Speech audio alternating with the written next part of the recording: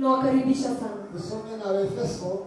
Tasoma kitabu cha Efeso. Igice cha mbere. Sura ya kwanza. Murongo wa 3.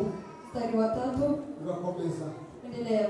Aravuga ngo Imana y'Umwami wacu Yesu Kristo ari nayo na se ishimwe kuko yaduhereye muri Kristo imigisha yose mu mwuka yo mu ijuru. Kuko yadutoranije muri we isi itararemwa kugira ngo tube abera batariho umugayo imbere yayo. Kuko yagambiriye kera kuko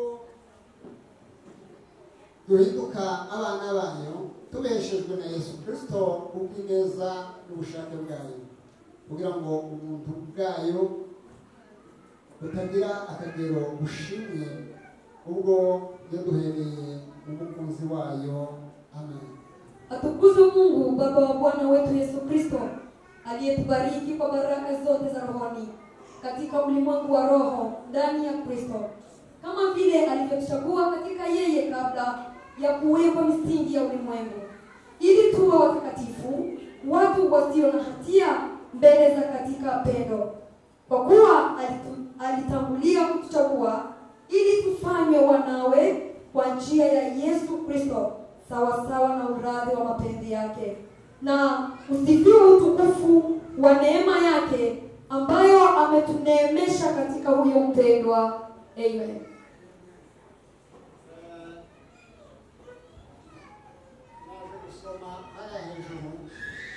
Nilikuja kusoma hapo juu.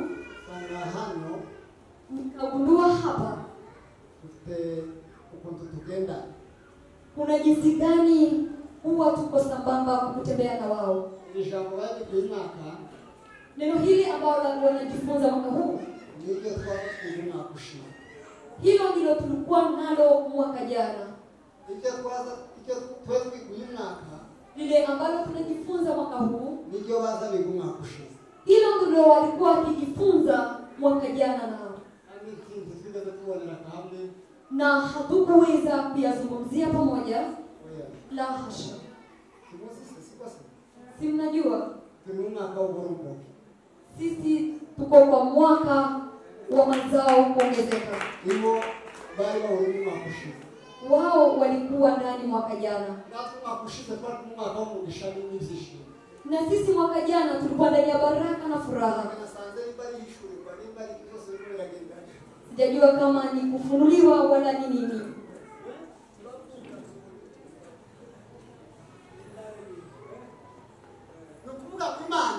Na maanisha Mungu ile ambayo anawaandalia mtakatifu ni mahali tofauti ya uzuri wala utakatifu. Ukitoka kwa chumba kimoja cha uzuri unaingia kwa kingine cha utukufu.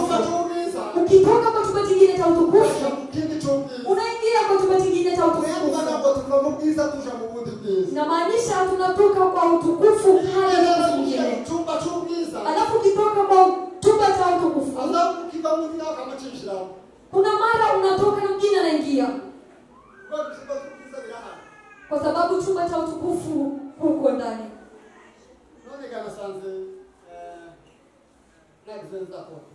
Kwa hiyo niligundua mlifanya vizuri. Niliona ya kwamba si maneno ya wanadamu bali ni ya Mungu. Hii ni ufunuo kutoka mbinguni. Kabisa. Kwa hiyo kwa sababu ni kufunuliwa kutoka mbinguni, watu wote mahaba pokeeni baraka ambayo inatoka kwa Roho wa Mungu. Na hatuyatamki kwa sababu ya maneno ya wanadamu, bali tunayatoa ndani ya maandishi ambayo yanaambatana na pumzi ya Mungu. Najua vizuri ya kwamba mtumishi hawezi simama na anene neno ambalo hajaombea, na haneni yote ambayo anayasikia, bali wanatamka yale ambayo anastahili kwa wakati huo. Kwa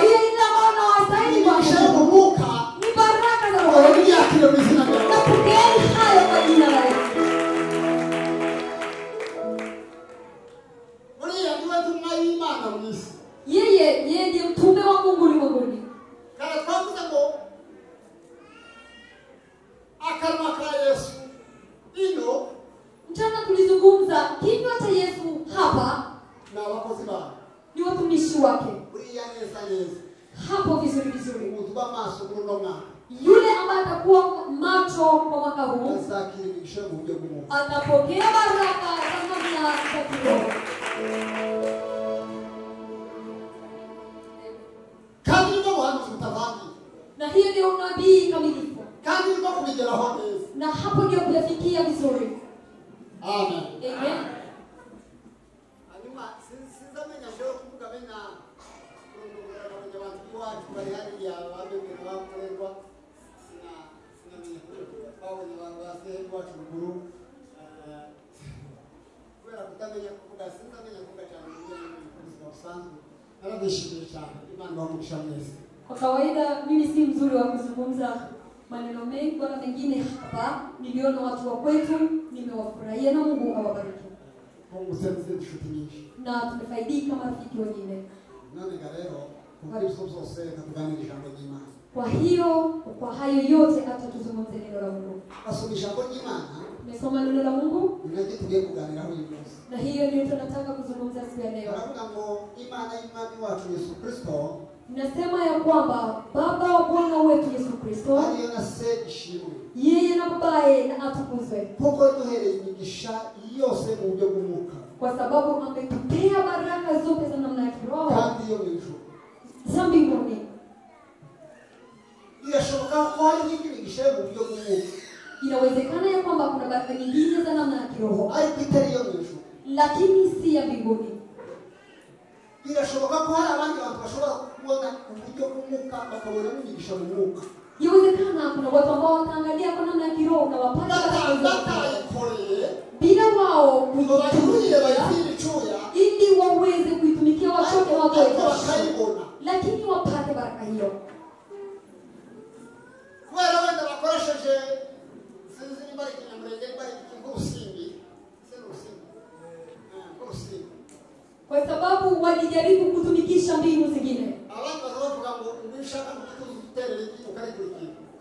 Wengine wanasema ukitafuta utajiri unatupa yai na unafuata.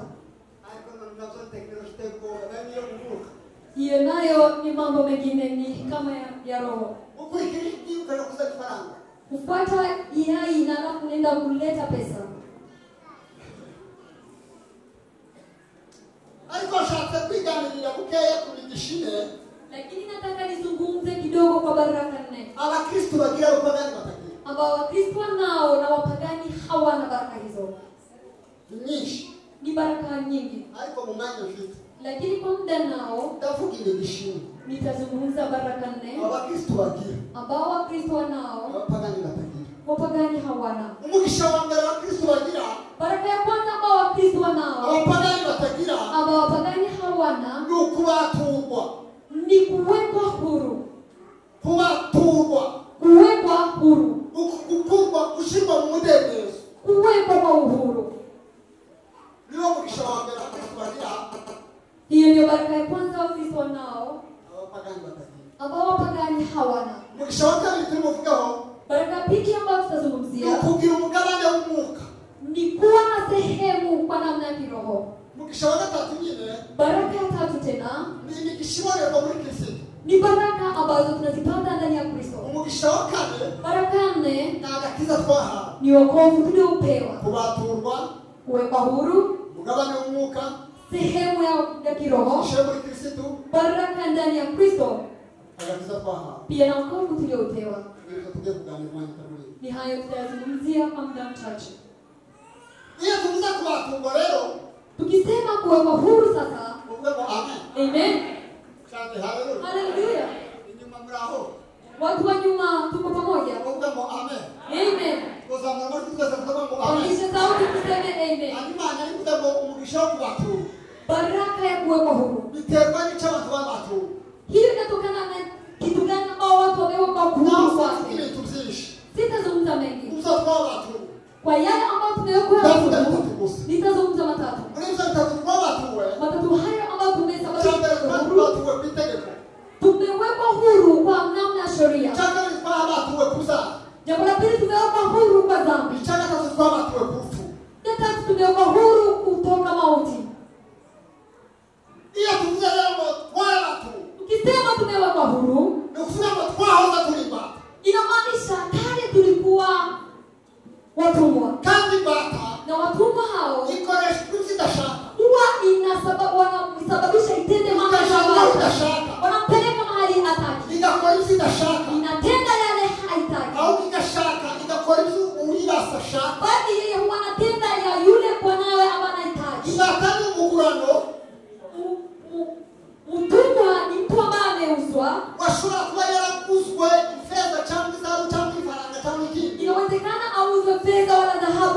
eneo akagurishwa kuja kuba igikoresho, alafu anauzwa ili au ageuzwe kuwa kifaa.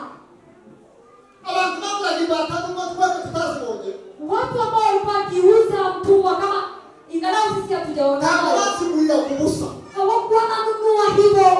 Baguraga imbata Wakati walikuwa wakinunua mtumwa baguze ikintu cyo kuja kubakorera, walikuwa wananunua sababu ya lengo jambo cyarangiza fulani, nacyo kikaja munsi y'itegeko ry'uwo gikorera. na hiyo inaenda chini ya mamlaka ya bwana wake. Iyo Satani rero afashe umuntu Shetani sasa akimshika mtu amugira imbata ye, anamfanya kuwa mtumwa wake, yarangiza kumugira imbata ye, na akimaliza kumfanya mtumwa wake agakorera Satani anamtumikia Shetani adashaka kwikorera, bila yeye hataki, kubera ko ni imbata, kwa sababu yeye ni mtumwa, kubera ko ari imbata kwa sababu yeye ni mtumwa. akora ibyaha Yeye anatenda dhambi atabishaka. bila yeye kutaka.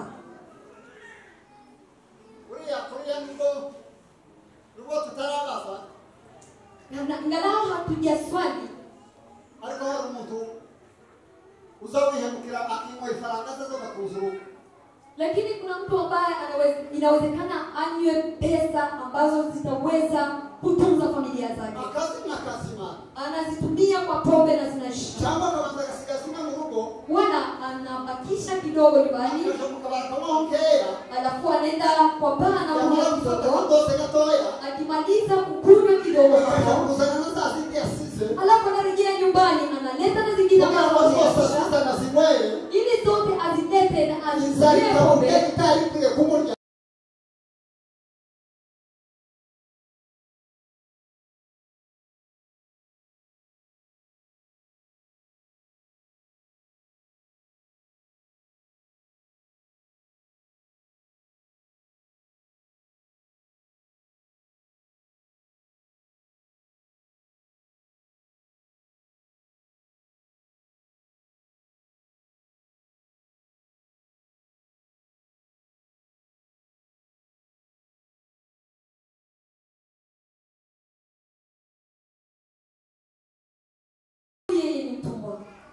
Kazi gutandukanya abantu bakuru n'abatoya, yeye hajui kutofautisha wakubwa na wadogo, kazi gutandukanya umwana we n'uwundi, hajui kutofautisha mtoto wake na wa mwingine, ntazi igihe cyo kwimenya kwifata, yeye hajui muda wa kujichukulia vizuri wala kujilinda, kuko ni imbata. kwa sababu yeye ni mtumwa, Abaswe na Satani ametawaliwa na Shetani, kuko mufite icyo twise itegeko, kwa sababu Shetani ana amri tu yake, amutegeka kuja gusambana, inamwamurisha kwenda kuzini, akamutegeka kuja kwiba, anamwamurisha kwenda kuiba, akamutegeka kuja ahashaka. anamwamurisha kwenda mahali ambapo anataka. Ariko Yesu Kristo mwamubwira neza, Lakini Yesu mfalme ambaye cyane, haleluya, abona tudakwiye guhora muri ubwo bubata, alitazama kaona si vyema tuendelee, atekereza kuza kuturatura, akafikiria kuja aza kutuweka, kudukuraho itegeko rya Satani. akatutoa ndani ya amri ya Uyu munsi Shetani. twashize mu mudendezo, Siku ya leo tumepata uyu munsi uhuru, tugenda twitegenza, leo hii tunatembea uyu tukiwa munsi uhuru, tugenda tumerewe neza. leo hii tunatembea tukiwa Songe vizuri. cyane, haleluya.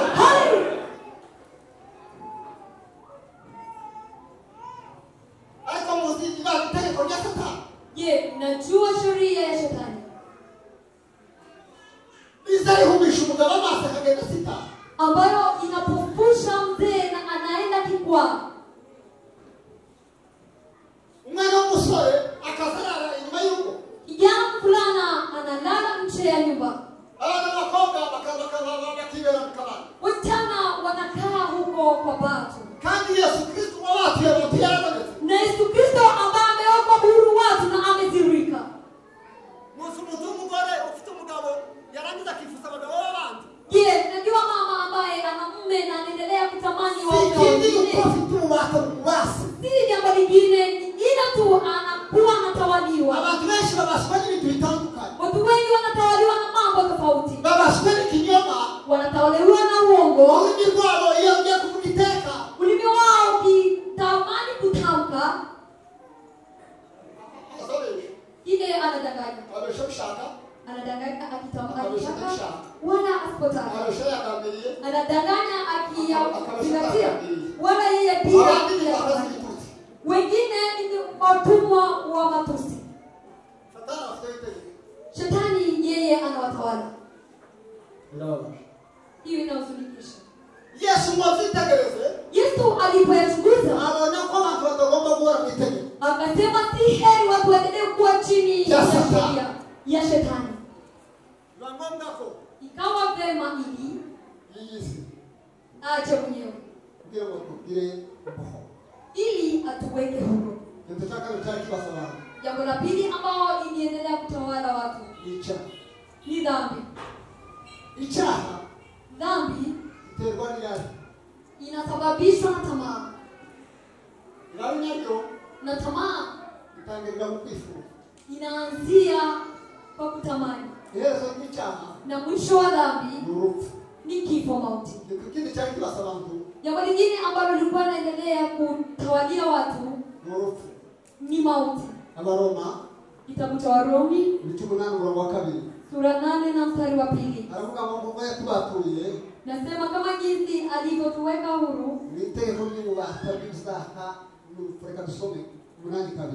Warumi 8 na sura ya 2. Kuko itegeko ry'umwuka w'ubugingo bwo muri Kristo Yesu ryatubatuye ububata bw'itegeko ry'izaha n'urupfu. Kwa sababu sheria ya roho wa uzima ule ulio katika Kristo Yesu imeniacha huru mbali na sheria ya dhambi na mauti. Amen. Maneno matatu ambayo Yesu ametuletea kugira ngo atubatu ili atuweke huru. Yatubatuye mu mategeko. Yeye ametuweka huru kwa sheria. Atubatura Musa. Ametuweka huru kwa dhambi. Atubatura pia ametuweka huru kwa kuwa. Lakini alikuwa anaweka huru, anaweka mtu huru kwa jambo moja na analeta lingine. Kwa sheria ya utumwa alituletea neema. Kwa dhambi ametuletea utakatifu. Kwa mauti ametuletea uhai. Na kwa ajili ya Kristo sisi tuna neema na utakatifu pia na uzima wa milele. Amen.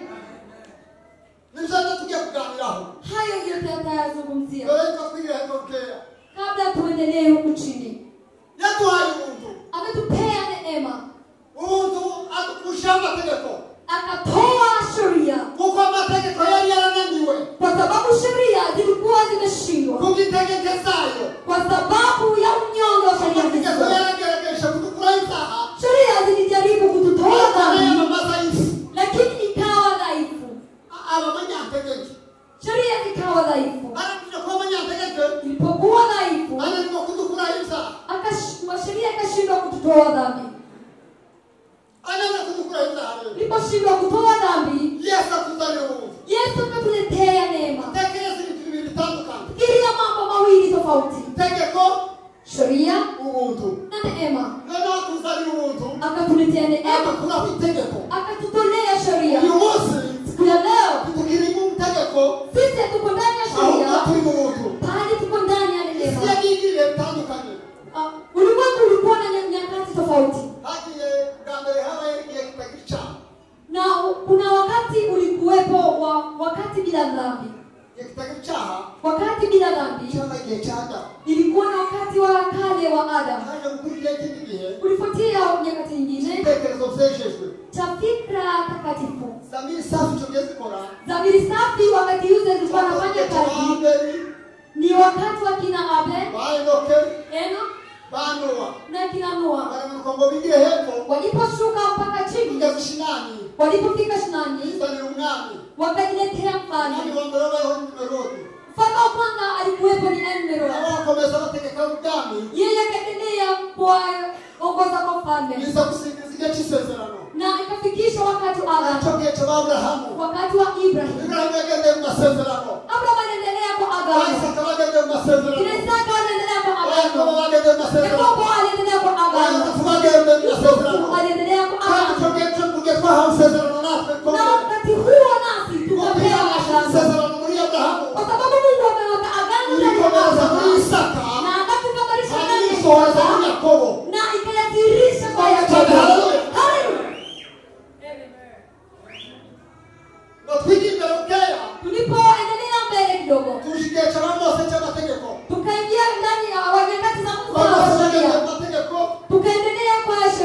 Musa, Yoshua bageze amategeko, Yoshua akaendelea kwa sheria, Samuel bageze amategeko, Samuel akaendelea kwa sheria, Daudi bageze amategeko, Daudi aliendelea naye kwa bari sheria. bose bakeranye itegeko, Wote walikuwa na sheria, kandi ikabagonga. lakini sheria hiyo ilikuwa ikiwagonga tu. Yesu nawe yararimo yitegura, Yesu alikuwa akijiandaa kugira ngo ibihe byose zamuhagirije ili nyakati hizi ambazo zilikuja ili itolewe, maze atuzanire ubuntu. alafu akatuletea neema. Konka cyane, haleluya. Haleluya, Rero Bwana asifiwe. amen. Yemwe turino. Je, tuko pamoja? Ngomba ko Yesu atuzanire ubuntu. Ikawa lazima Yesu atuletee Hanyuma ubuntu Yesu yatuzaniye, neema hiyo. Yesu ambaye kandi ubuntu ametuletea butegeka gukora icyaha, si neema ambayo inatusababisha si tutende ubuntu dhambi, budushobora gucyaha, si neema ambayo inatupeleka si kwa dhambi, ubuntu butwereka ko icyaha gikorwa, si neema ambayo inatuzilisha si kitu ubuntu gani butegura inzira tunatendewa, kuja mu cyaha. si neema ambayo inatuangalia njia itupelekayo kwa Abantu benshi dhambi. bafata ubuntu Watu wengi wanachukua neema kizira yabonetse yo kuja gukora icyaha, kama njia ambayo imepatikana ya ariko si kutenda cyo ubuntu dhambi, buvuga. lakini si hivyo. Ndicho Mungu anafunga. Sikiliza nikweleze. Ndavuga ngo kuko ubuntu buzanye agakiza mwabonetse, Biblia inasema kama jinsi neema Kama inayokosa, watu tena watu wote hata mzegume bila mmoja, ubuntu buzanye abantu agakiza neema ileteayo wanadamu wokovu bwarabonetse. imepatikana. Hari icyo butwigisha, Kuna lile ambalo linatufunza. uriya muntu n'umwarimu wigisha, Neema ni mwalimu ambaye anafunza, uza gutwigisha inatufunza kureka kutubaha Imana, kutokuamini Mungu, ahubwo bukatwigisha kubaha Imana. bali inatufunza kumheshimu Mungu. N'izina rya kamere, Na tamaa ya asili ya mwili. yani magambo Kwa maneno mengine, umbe kamere cyane, sikiliza niwaeleze asili ya mwili. Kamere. Ni nini? Asili ya mwili tero inaleta mauti, ubwo kamere kwa sababu asili hiyo ya mwili nica ni dhambi, kandi icyaha na dhambi hiyo cyakiriweho iteka, imehukumiwa. icyaha cyakiriweho iteka. Dhambi imehukumiwa. Abaroma 8 Warumi sura 8 umurongo wa 3, na mstari wa 3, aho icyaha cyakiriweho iteka. mahali ambapo dhambi imehukumiwa. Baravuga ngo nk'uko iby'amategeko yananiwe gukora ku bw'integeke zayo no ku bwa kamere yacu, Imana yabishohoresheje ubwo yatumaga umwana wayo afite ishusho ya kamere y'ibyaha kuba igitambo cy'ibyaha, iciraho ibyaha bya kamere ho iteka. Maana yale yasiyowezekana kwa sheria, Mungu kwa kumtuma mwanawe mwenyewe katika mfano wa mwili ulio wa dhambi, na kwa sababu ya dhambi alihukumu dhambi katika mwili. Amen.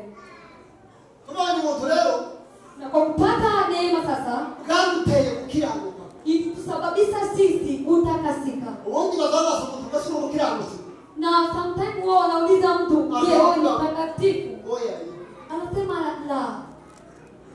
use kwa umuntu ukiranuka mu isi, Anasema je, kuna mtakatifu ulimwenguni? impamvu nyanga ko ukiranuka Unajua inayosababisha mkane uko mutazi cyo gukiranuka kwakoze muri twe, ni kwa sababu hamjui utakaso ulifanya kazi gani ndani mwetu, cyo gukiranuka kwakoze muri twe.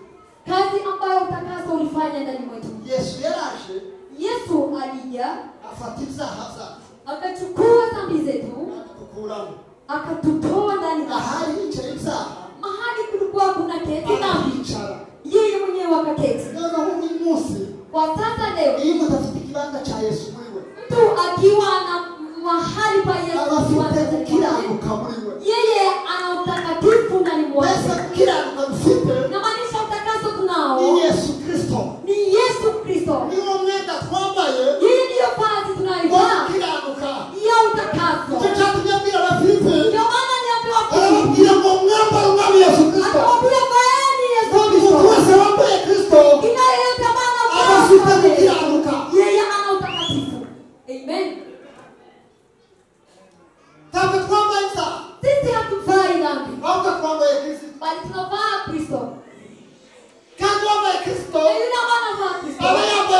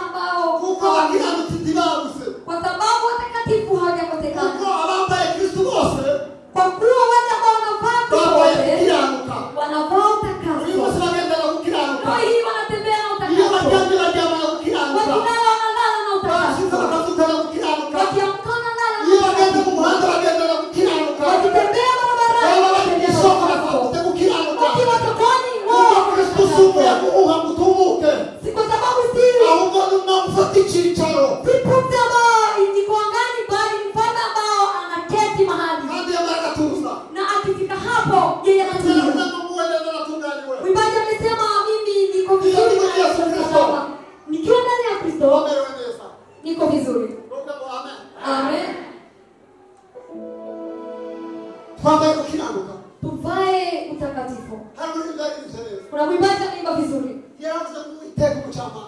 Alisema mfalme mhukumu.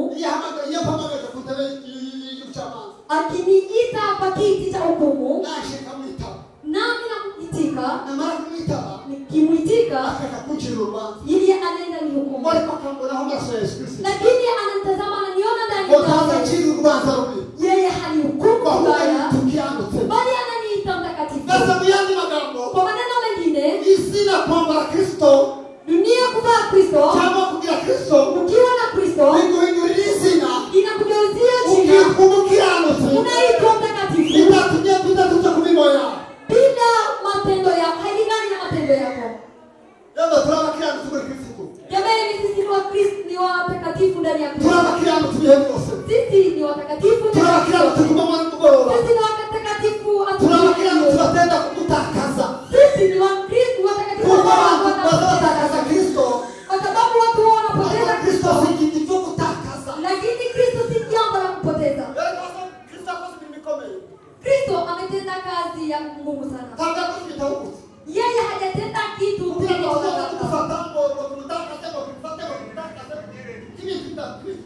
ili tumchukue tupoteze. Ni mambo ya nguvu. Yesu alifanya jambo ya ujasiri. Yeye alitenda akishafikiria. Hajatenda tu hivi kwa ghafla. Kama mambo ya mchezo. Yeye awe mtakatifu leo, kesho mtakatifu. Yesu hakupoteza. Bali mtaalamu vile alilolitenda. Ni kazi ya ajabu.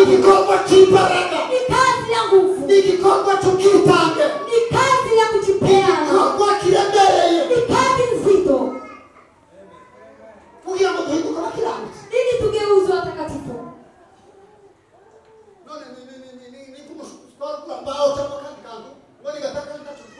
Je, mnafikiria ni kama handkerchief ambayo inanunuliwa na bao ikipoteza na haijalishi? La. Lile ambalo linasababisha Mungu atoke mbinguni. Akaja ulimwenguni. Akiwa na utukufu. Akaacha utukufu. Akavaa mwili. Si jambo ya kupoteza. Jambo lingine na pia. Yesu anapenda watu. Ni sisi tuliosababisha ache. Anatupenda. Yeye anatupenda. Yeye anatujali. Yeye anatuzingatia. Anatuzingatia moyoni. Haleluya.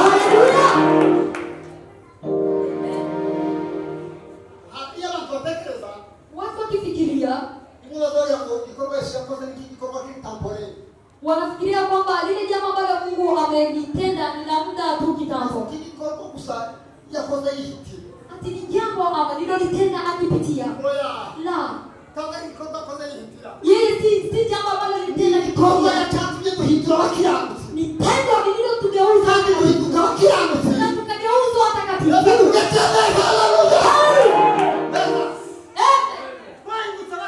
Tugeuzwa watakatifu. Mungu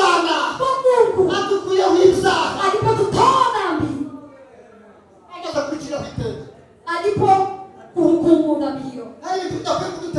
Kuna yale ambayo haiwezi kututisha. Dhambi ilihukumiwa. Na alafu jambo ambalo limehukumiwa.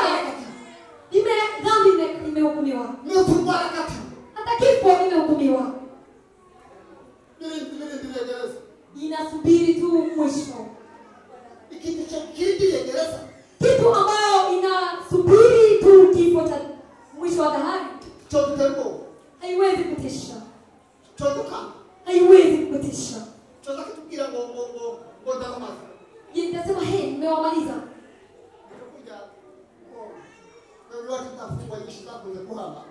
Kwetu hakukuwepo wafungwa sana. Kwetu tulikuwa bila hakukuwa kufunga watu, hakukuwa dhambi nyingi.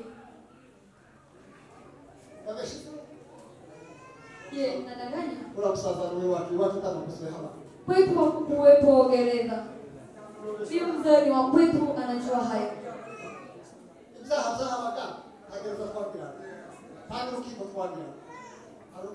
Na dhambi zilikuwepo, lakini hakukuwa na gereza na hakukuwa na mahakamani.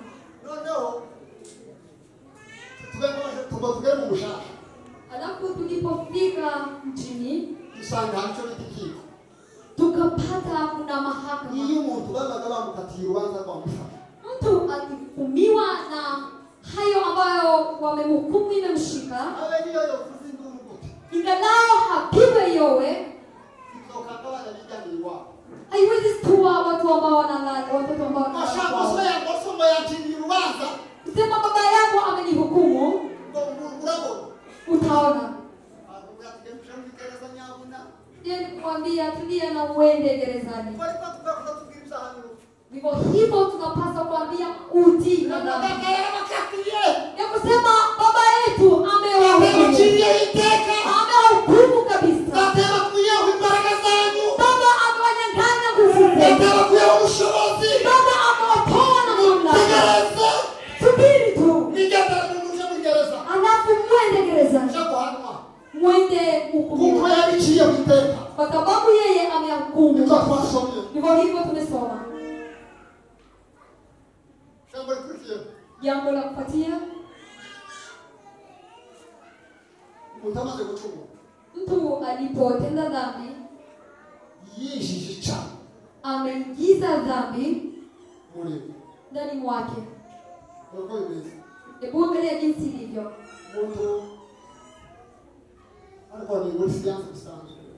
Kwa kisiasa tu, kwa mambo kawaida. Yale ambayo tunayala, hayo ndiyo yanasababishi kuishi kwetu. Na kama haujala, huwezi kuwa na damu. Hata nguvu. Pia na mamlaka. Adamu alipokula dhambi,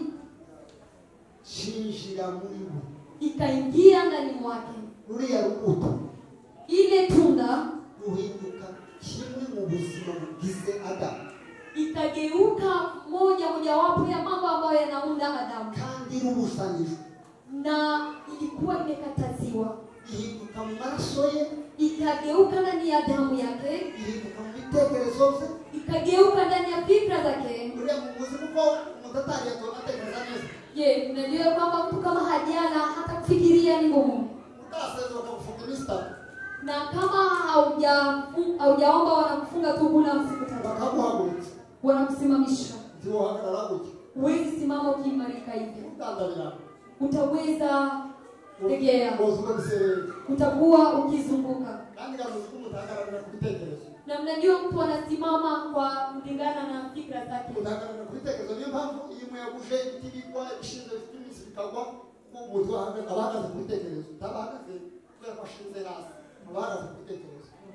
Ndio maana inasababisha upepo ukija, miti wanaanguka na mengineyo, lakini kwa sababu mtu anasimama kwa fikra zake, ndio maana upepo ukija yeye.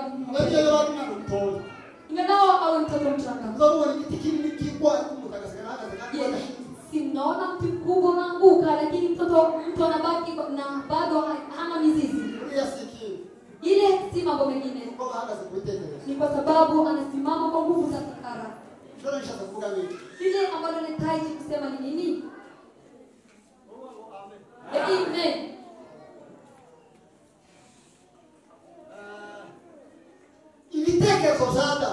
Fikra za Adam ikaingia ndani hiyo tunda ambayo amekula.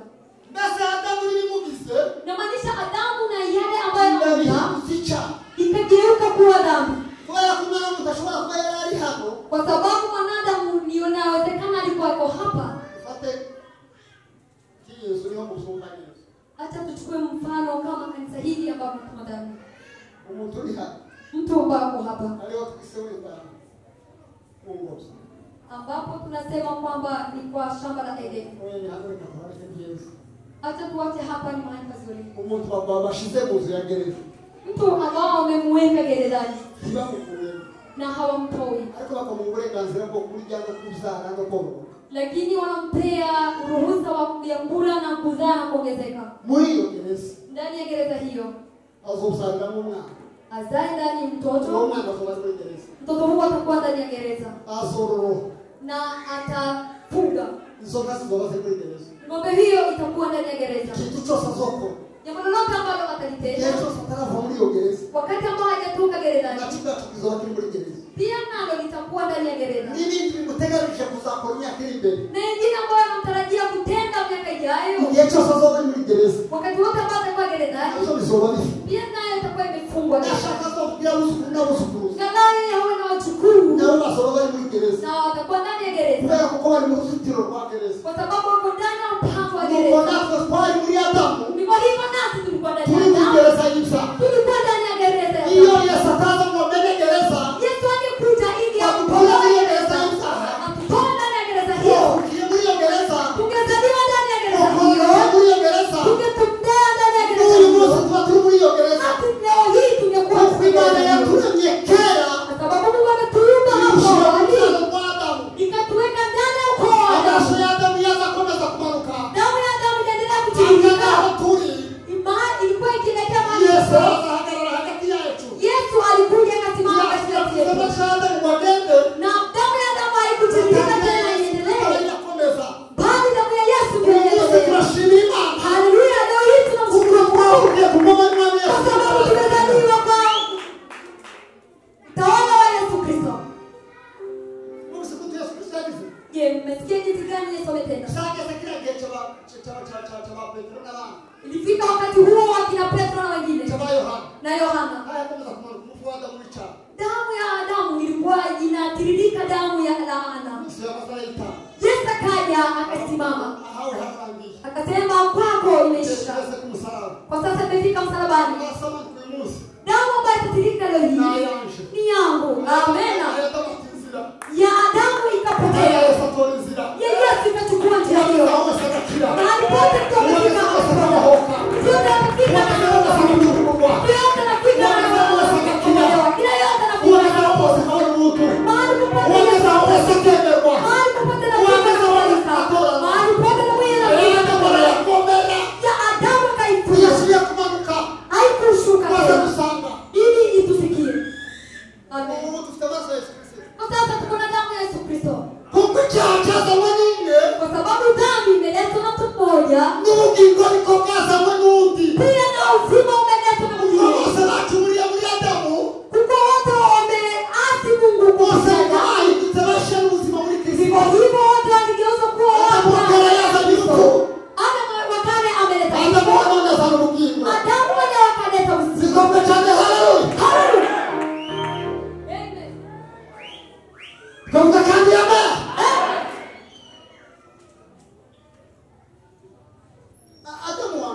Adamu wa kwanza yeye alija akatuletea kifo. Nasema vizazi kutoka huko kwa kina na. Adamu wa pili akaleta vazi ya neema, akatufisha vazi ya neema, akatufisha vazi la neema, akatufisha vazi la upendo. Leo hii tumevaa vazi ya upendo.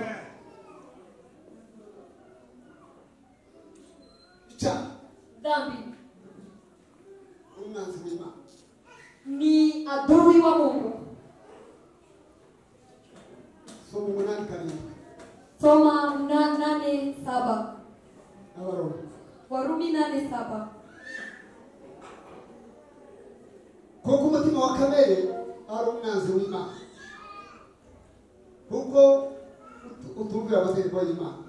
Ndetse tushobora kuyumvira.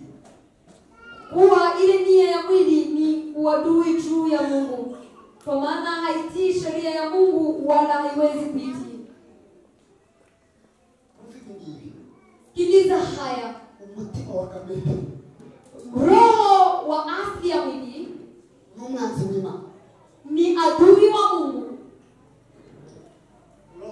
Hello, urashaka kuba umunyakamere? je, unahitaji kuwa mtu wa asili ya mwili? Witegure kuba umwanzi w'Imana. Jiandae, utakuwa adui wa Mungu. Ni ajabu. Umuntu kurara romanzi w'Imana. Mtu alale akiwa adui wa Mungu. Mbona yakunze kabisa? Kwa sababu amependa asili ya mwili. Kiteko. Ni ya kutisha. Wewe mbangu zingi. Kwa sababu ya muda, Nikasikia kishamba janga. acha tuzungumze neno la pili. Hapo ngo ilikisha abapagani batagira.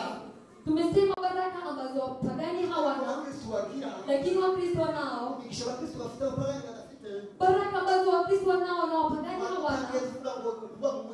Tulianza tukisema ni kuwa maisha ya kuwekwa huru.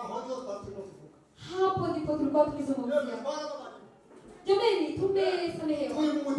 Tuko ndani ya uhuru.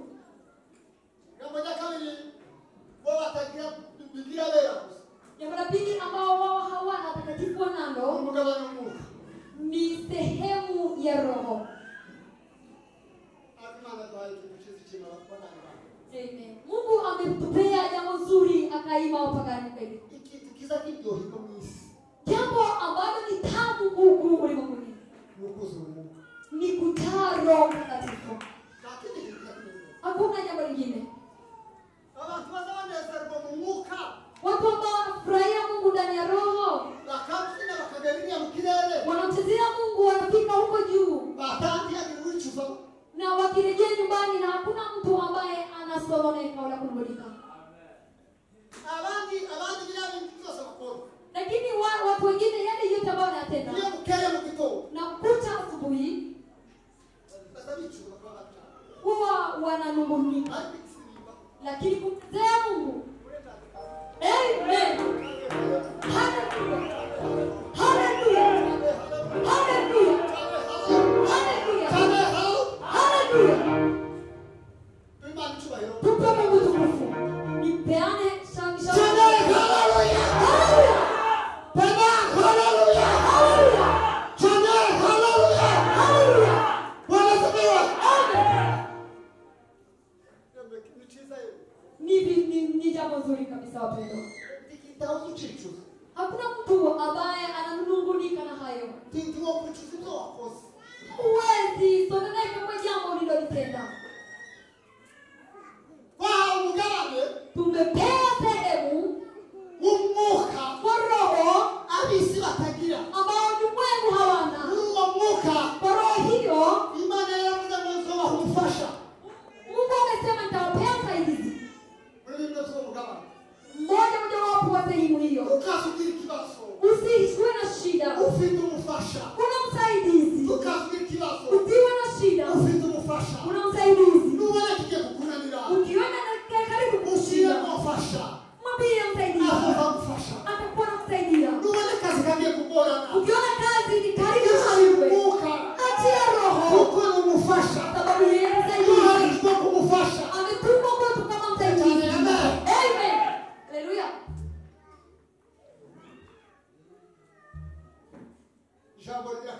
Jambo la pili. Na sehemu hiyo ambayo tumepewa kama msaidizi, kama roho wa Mungu. Yeye alije kwetu kama mshauri. Alitujia kama mshauri. Kwa mambo ya kujenga kanisa hii mtume alikuwa mshauri. Mshauri mtaalamu. Yeye mwenye hekima. Yeye hapo zamani aliona yale ambayo itakuja. Anasema fuata haya. Je, wewe uko na mshauri? Usio. Atakwambia usijivike hivi guys. Usinene hivi.